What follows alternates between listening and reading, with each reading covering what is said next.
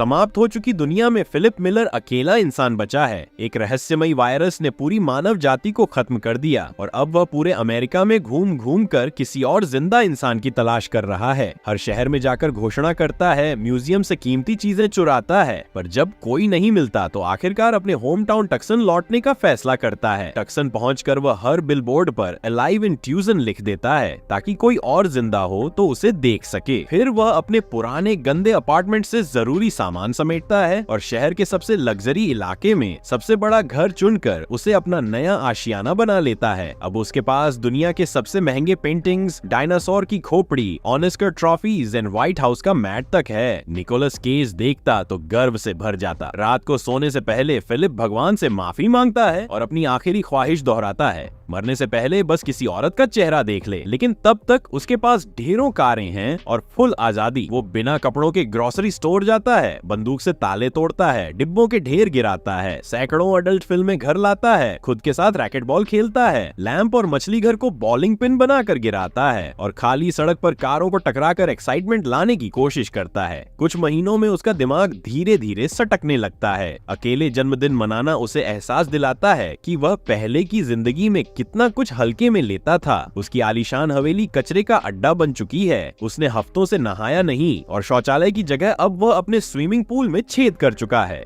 बात यही नहीं रुकती, वो बच्चे के छोटे पूल को मार्गारीटा से भरकर उसमें नहाता है और उसी से पीता भी है।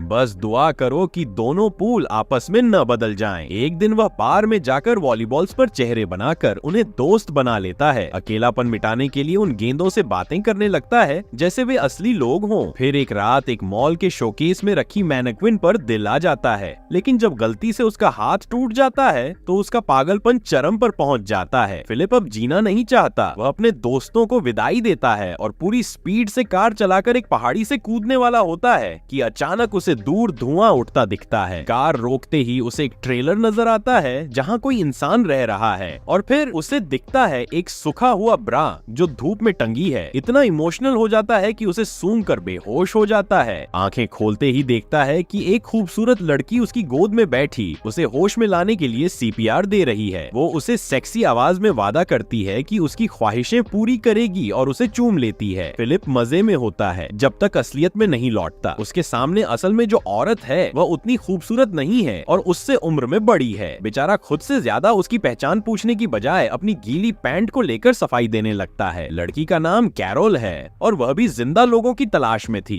जब उसे टक्सन के बिलबोर्ड दिखे। फिलिप को हमेशा से किसी औरत का साथ चाहिए था, लेकिन कैरोल उसके लिए किसी बुरे सपने से कम नहीं है। वह उसकी हर बात सुधारती है, नियम कायदे थोपती है और अनावश्यक चीजों पर बहस करती है। जब वे ग्रोसरी स्टोर जाते हैं तो फिलिप साइनल तोड़ता है और कैरोल उसे नियमों का पालन करने को कहती है मानो कोई पुलिस वाला जिंदा हो। यहाँ तक कि फिलिप जब विकलांग पार्किंग में गाड़ी लगाता है तो इस बात पर भी बहस होती है और गुस्से में आकर वो गाड़ी सीधे स्टोर के अंदर घुसा देता है। फिलिप का घर देखकर कैरोल को गहरा सदमा लगता है। एक पूल में गंदगी भरी हुई है, दूसरा कचरे से लबालब है। उसे लगता है कि फिलिप अब किसी गुफावासी से भी बदतर जिंदगी जी रहा है। अगली सुबह वह उसकी हवेली की सफाई शुरू कर देती है और फिलिप को खेती और पानी का इंतजाम करने को कहती है। वो अपने बॉल दोस्तों से शिकायत करता है कि ये तो शादीशुदा जोड़े जैसी जिंदगी बन गई है और उसे जल्द ही तलाक चाहिए। फिर एक दिन कैरोल को एहसास होता है कि वे धरती पर बचे इकलौते नर मादा हैं और इंसानियत बचाने का जिम्मा उन पर है। वह बच्चे पैदा करने की बात छेड़ती है, लेकिन फिलिप टका सा जवाब देता है, अगर तुम आखिरी औरत भी होती तब भी। फिर उसे एहसास होता है कि यह तो सच में आखिरी औरत ही है। थोड़े दिन बाद कैरोल भी टूटने लगती है। वह भी खुले में गड्ढा खोदकर टॉयलेट बनाने लगती है। उसे लगता है कि वे चुने हुए लोग नहीं बल्कि भुला दिए गए लोग हैं।